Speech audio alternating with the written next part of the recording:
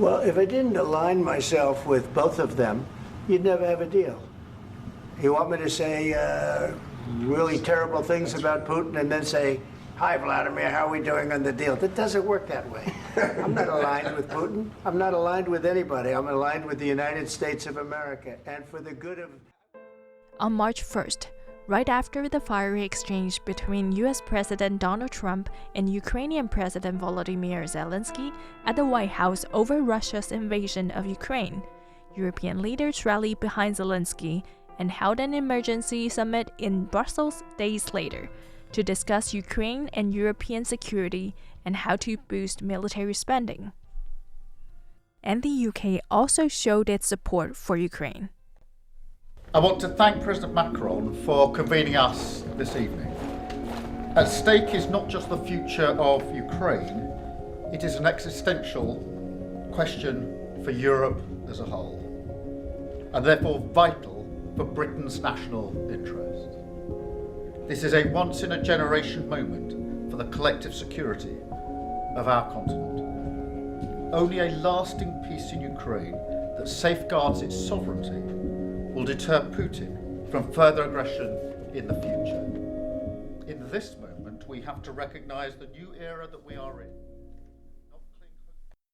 With Russia showing no sign of stopping the conflict and its attacks on the Ukrainian soil, I sit down with someone who can explain the conflict to me and break down the importance of European Union's support for Ukraine. You're listening to The Divide. My name is Ira Xu.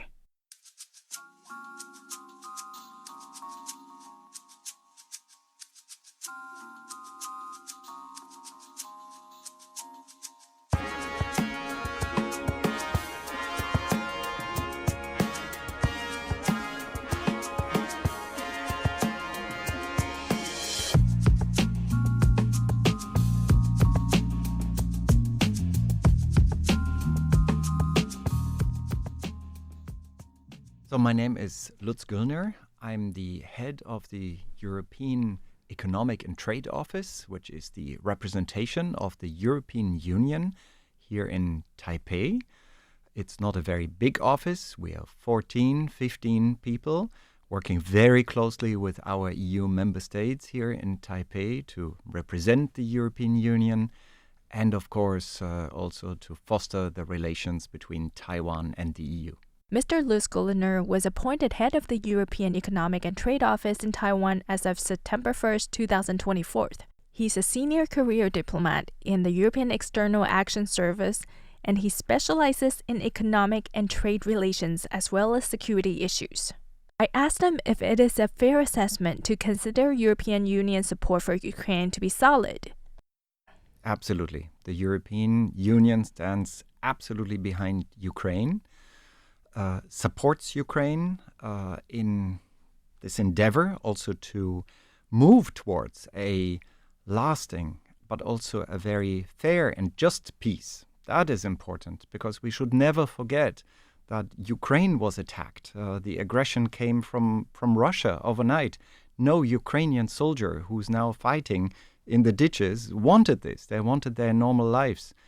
And this is not only a tragedy for Ukraine, it's also a serious security issue, security threat for the European Union. And therefore, we stand in solidarity with Ukraine. And what is even more important, we see Ukraine as a future member of the European Union, as part of our family. We share the same values. We make enormous progress in our cooperation, and we want to have Ukraine as part of our family. And this support is not just Sunday speeches. This is not just words, empty words or verbal. It's very tangible and concrete things that we are doing. For example, many people do not know that actually if you put all the European member states together, that with nearly 140 billion euros, or a little bit more in US dollars, the EU is by far the biggest supporter of Ukraine for economic issues, for social issues, but also in military terms. 50 billion euros have been spent to support and to enable Ukraine to defend itself. And we believe that's the right thing to do. that has been confirmed many, many times, and also very recently by the European Council, so all our heads of state and government that confirmed this aim. And with President Trump, who recently changed the US's long-term support for the NATO as well as Europe in general, do you see the European Union changing or altering this policy direction?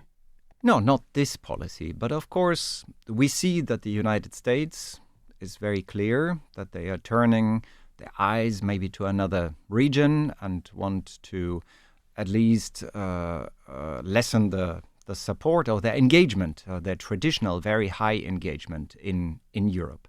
And we need to take this as a fact. And that means one thing, and that is to strengthen our own capabilities. Our own capabilities in security, in defense, also our partnerships on the continent. So it's a form of taking more responsibility. More responsibility also means more action. And that is what is happening at the moment. We see a lot of new initiatives, projects, and very recently, if you look at a very concrete and tangible proposal coming, for example, from the European Commission, but also from the High Representative, a new white paper on European security.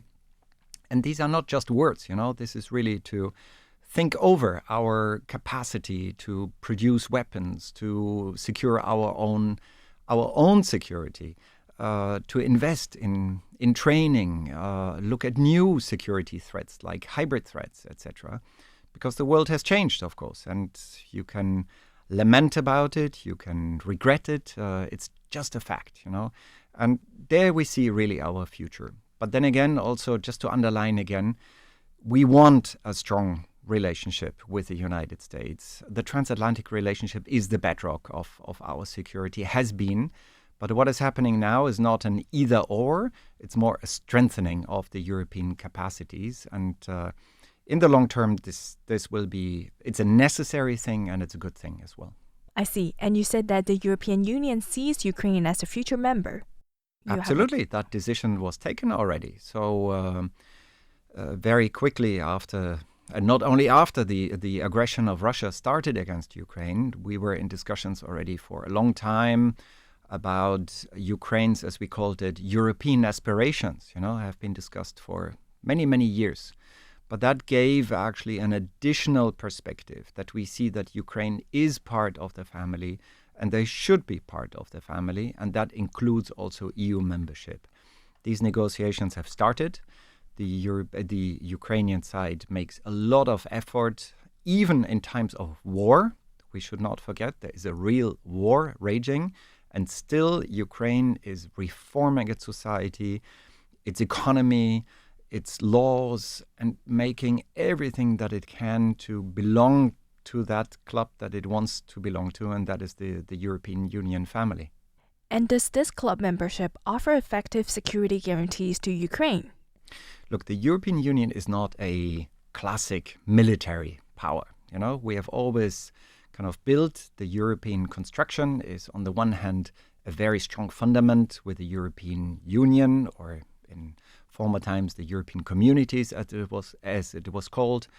Now it has developed from a trade bloc to something that goes much further and much deeper in many, many parts of lives of Europeans, from having no borders anymore, from having a joint currency, from paying no roaming fees anymore. You have heard about all these things. The one thing that we are not providing is, or where we do not have the competence as European Union, is military power. However, that is the power of the member states, and they can work together as closely as they can.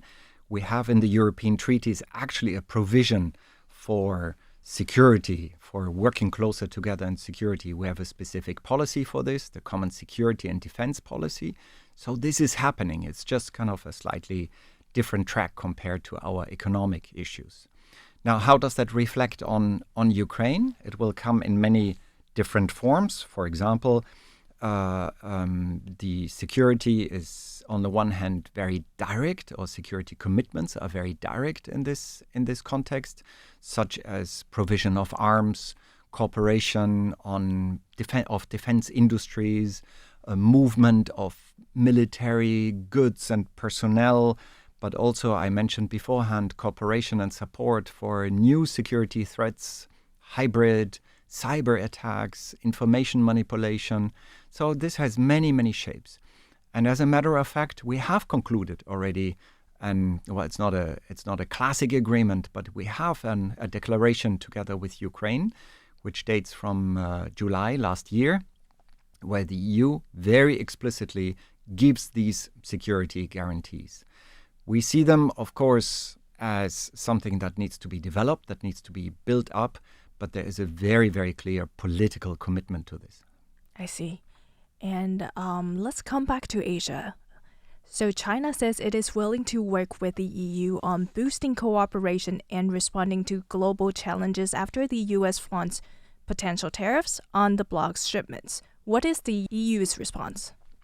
Look, China is, of course, a very, very important trading partner for the European Union. But we have also said China has three dimensions. It is a partner, it's a competitor, but we see it also as a systemic rival because it is an authoritarian regime, it's a non-democratic regime, and we need to be very aware of these differences. So it is not, as many of our like-minded partners, is a different type of partner. Let's call it like this.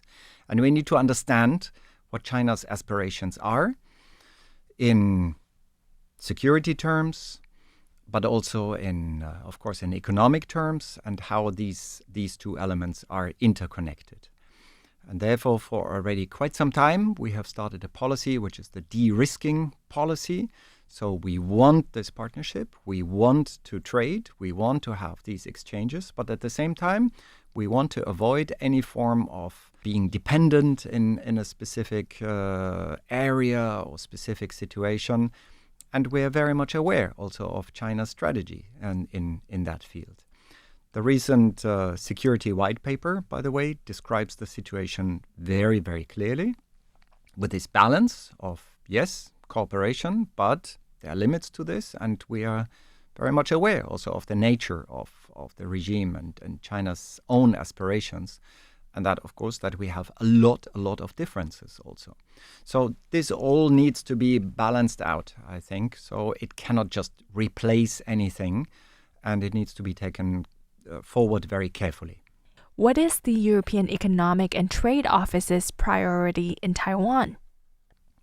So these priorities are, of course, changing with the context, with the nature of the EU-Taiwan relations. But I see four main areas, really, for our work. The first one is, of course, traditionally we are called Economic and Trade Office. Of course, it's the economic and trade field, the economic field, investments. Investments have been increasing massively in both directions, by the way. We're the biggest investor in Taiwan as European Union. Nearly 30% come from European member states, and which is, by the way, bigger than all the investments from the United States and Japan combined, that not many people know, but it's important to recall this. Trade is strong and healthy, but there's still many opportunities that I see. Our job, together with our member states, is to promote this, to kind of give this the energy and the direction, that it needs to foster further these relations, but also to work on issues related to economic security, for example, to supply chain management, because they all belong.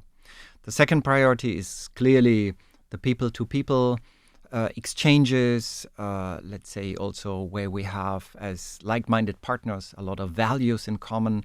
Think about the human rights area where we're working together and exchanging, and many other areas. The third area, in my view, is very, very clearly the area of resilience, which is a big keyword here in Taiwan, but which is equally important in the European Union. And then the fourth area is, of course, a more region-to-region kind of approach, looking also at the broader situation here in the Indo-Pacific. On March 19th, the European External Action Service released its third report on foreign information manipulation and interference, or FIMI threats.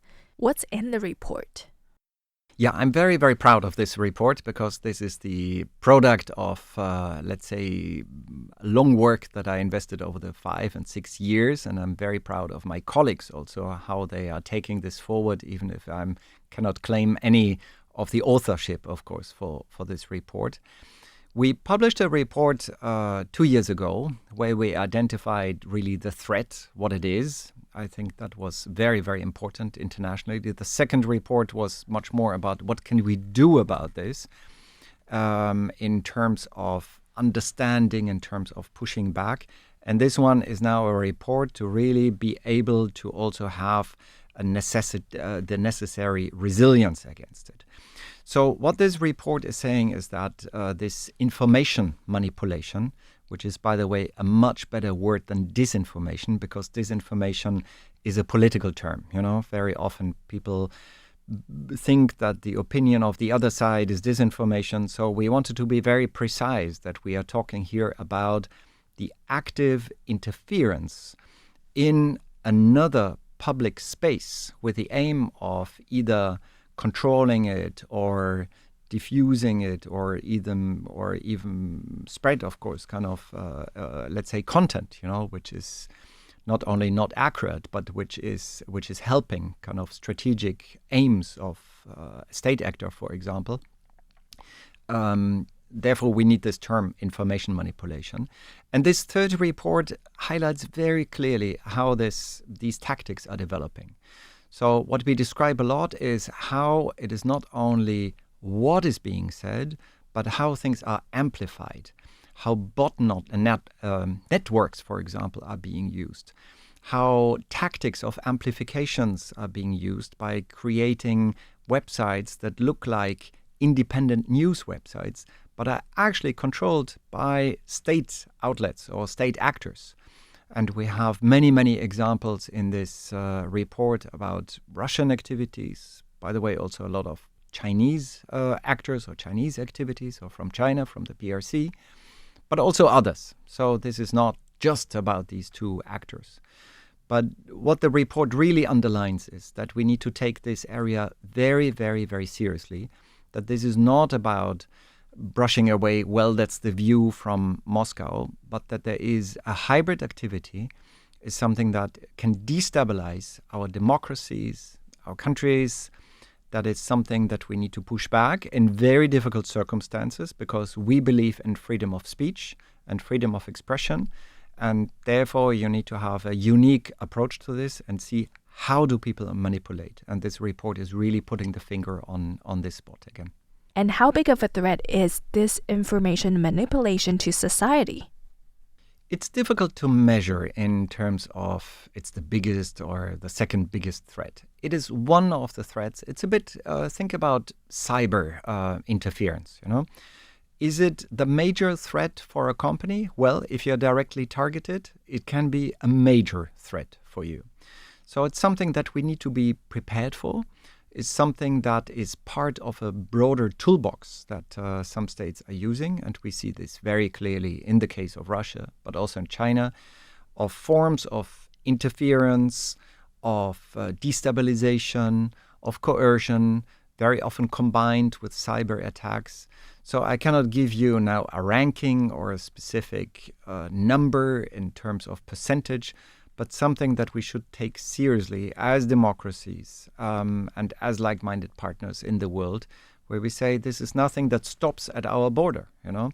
And therefore, we are also quite interested as European Union to exchange with all partners that we can to have a very clear understanding what is happening. We may take different measures. We may take different ways of addressing this, for example, by strengthening our media literacies or also by exposing these activities, for example. But the threat as such, I think, is very clear, at least for democracies that cherish openness and want to be free of manipulation. And that is all of my conversation with Mr. Lutz Güllner, the head of the European Economic and Trade Office in Taiwan. Thank you for listening. This episode of The Divide is produced by Radio Taiwan International.